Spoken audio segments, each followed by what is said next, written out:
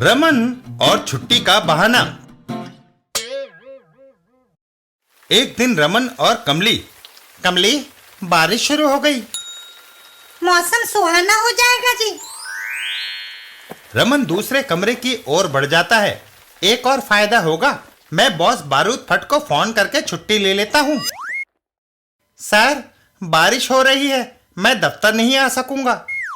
Phone रखने के बाद वाह, आप मौज मनाएंगे। कमली, गरम चाय और पकौड़े बनाओ। तभी हैं सर आप? बॉस रमन का कान पकड़कर बाहर की ओर ले चलता है।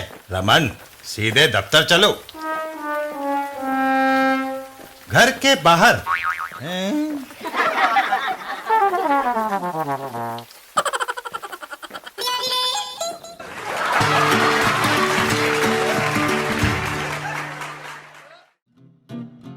पिंकी और दूध। एक दिन पिंकी के घर पर। पिंकी, बाप रे, मम्मी दूध लेकर आ रही है। पिंकी की मम्मी। अरे, कहाँ गायब हो गई वह? चलो, चंपू के यहाँ थोड़ी देर बिताई जाए। चंपू के घर पर। चंपू, कुछ देर मुझे तुम अपने यहाँ रहने दो, मैं माँ को बिना बताए आ गई हूँ। पिंकी, तुमने ऐसा क्यों किया? मेरी मम्मी मुझे जबरदस्ती दूध पिलाना चाहती थी। पर मैं खुद तुम्हारे घर आकर रहना चाहता था। क्यों? क्योंकि मेरी मम्मी दूध लेकर आ रही है।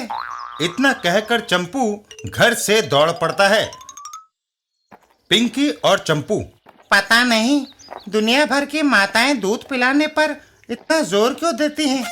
क्यों नहीं वह बच्चों को शरबत, शिकंजी और कोल्ड ड्रिंक्स पिलाती?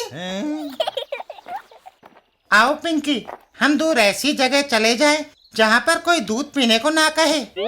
वह दोनों चलते चलते एक जगह थक कर बैठ जाते हैं।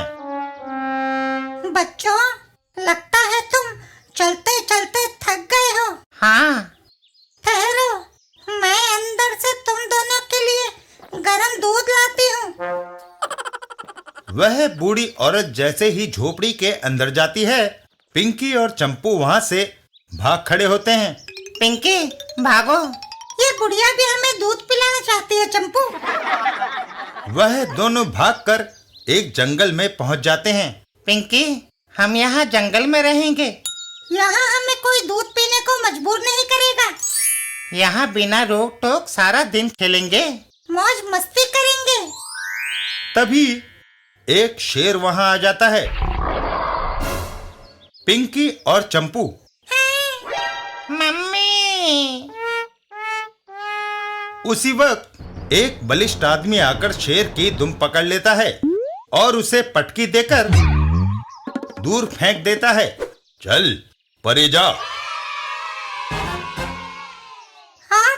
मैं बोझो जंगल में रहता हूँ। आप सचमुच बड़े बलवान हैं। क्योंकि मैं मटका भर दूध और ढेर सारी हरी सब्जियां खाता हूँ। यह सुनकर पिंकी और चंपू वापस चल देते हैं। पिंकी के घर पर।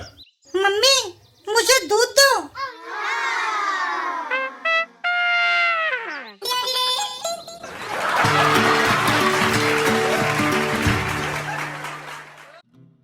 बिल्लू और एलर्जी।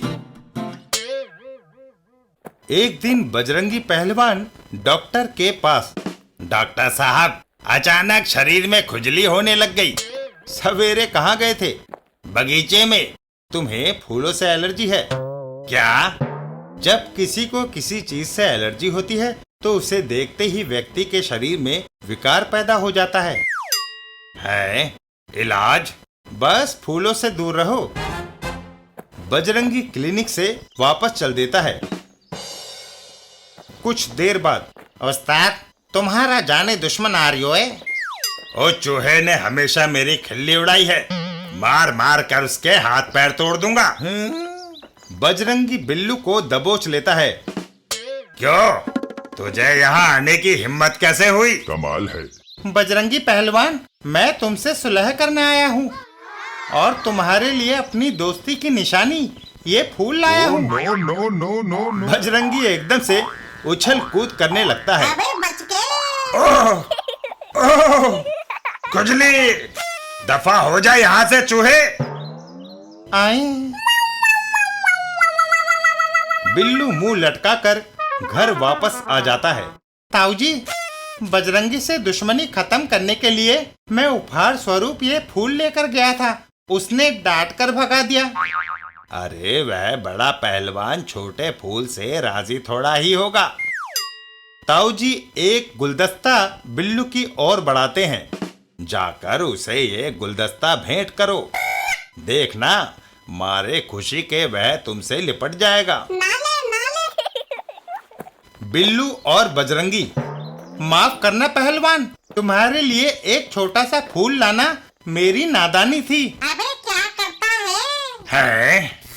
और बजरंगी सिर पर पैर रखकर वहां से दौड़ लगा देता है। आए।